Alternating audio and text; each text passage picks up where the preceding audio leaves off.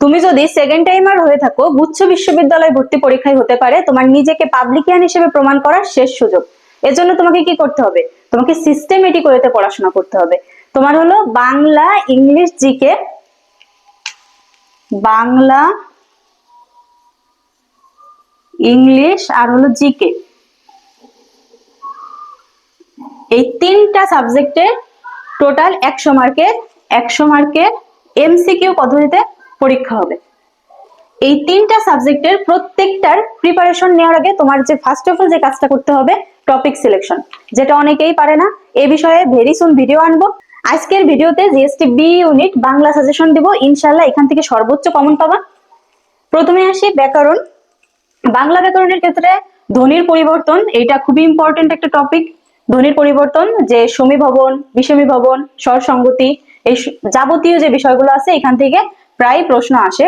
এরপর হলো ধ্বনি ও বর্ণ, এখান থেকেও আসে। বর্ণের উচ্চারণ, এটা দেখবা। নত্ব ও সত্য বিধান, সন্ধি, শব্দ, শব্দের ক্ষেত্রে আসে হলো নর নারীবাচক শব্দ, তারপরে সংখ্যাবাচক শব্দ, নর নারীবাচক, সংখ্যাবাচক যে শব্দগুলো থাকে, তারপরে শব্দ দ্বিত্ব থাকে। এই যাবতীয় যে শব্দের যে বিষয়টা, শব্দ ভেরি ভেরি ইম্পর্টেন্ট, শব্দ ভিভিআই, এটা তোমরা খুবই ফোকাসড সহকারে দেখবা, গুরুত্ব সহকারে দেখবা শব্দ যে টপিকটা। এবারে সমাস আছে, প্রকৃতি ও প্রত্যয়, এই টপিকটা অনেক ছেলে মেয়ে এই টপিকটা নিয়ে ঝামেলায় পড়ে যে আপু এইটা তো বুঝতেছি না, প্রকৃতি ও প্রত্যয় কিভাবে পড়বো, এত রুলস বা একটু কঠিন লাগে। তোমার কি করতে হবে, তোমার যে বিগত বছরের যে প্রশ্নগুলো আছে শুধু ওই যে রুলস আছে ওইখান থেকে দেখলেই হবে।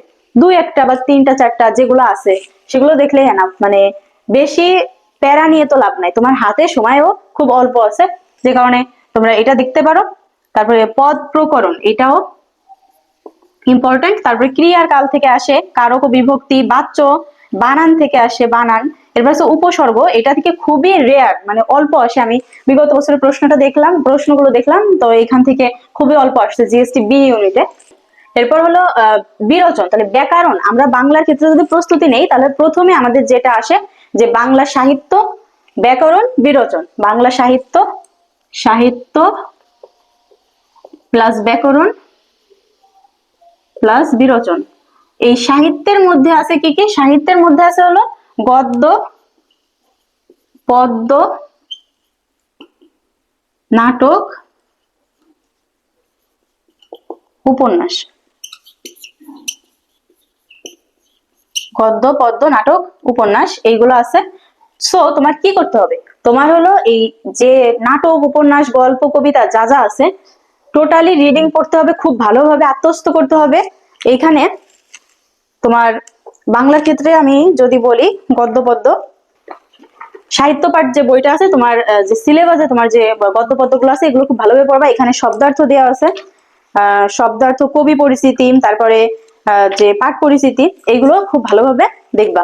এরপর হলো নাটক উপন্যাসের ক্ষেত্রেও সেম, নাটক উপন্যাস থেকে লাইন বাই লাইন যত দূর সম্ভব রিডিং পড়বা, কারণ কারণ বেসিক থেকে দেয়, ঠিক আছে, একদম ভেতর থেকে দেয় প্রশ্ন। অনেক সময় অনেকে ধরতে পারে না, কিন্তু যারা ওই বারবার রিডিং পড়ে তারা ঠিক হলেও মানে একটু হলেও আন্দাজ করতে পারে, যখন প্রশ্ন দেয় তারা বুঝতে পারে যে না কোন জায়গা থেকে দিছে। এরপর এটা দেখলাম আমরা যে ব্যাকরণ সাহিত্য অংশ দেখলাম। এবার বিরোচন যে অংশটা, বিরোচন অংশের ক্ষেত্রে আসে হলো বাগধারা, সমার্থক শব্দ, বিপরীত শব্দ, এক কথায় প্রকাশ, পারিভাষিক শব্দ। এই সবগুলো তুমি বিগত বছরের প্রশ্নগুলো দেখবা, সবগুলো থেকে বিগত বছরের প্রশ্ন দেখবা, অর্থাৎ লাস্ট ইয়ার্স কোশ্চেন্স।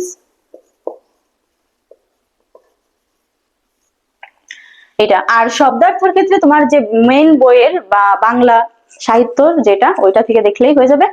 আরেকটা হলো বাংলা সাহিত্যের ইতিহাস সম্পর্কিত, যেটা আসলে না দেখলে, আমি যখন পড়ছিলাম আমার মনে হয়েছিল যে আমি মনে হয় হুদাই টাইম ওয়েস্ট করছি, কারণ এখান থেকে খুবই কম আসে, ধরতে গেলে আসেই না।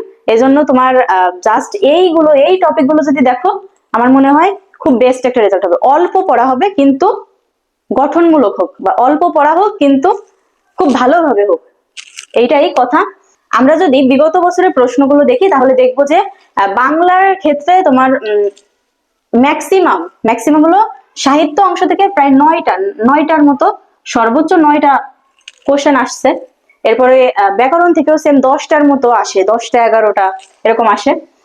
তারপরে আউট অফ সিলেবাস যে ব্যাপারটা, আউট অফ সিলেবাস থেকে তোমার আউট অফ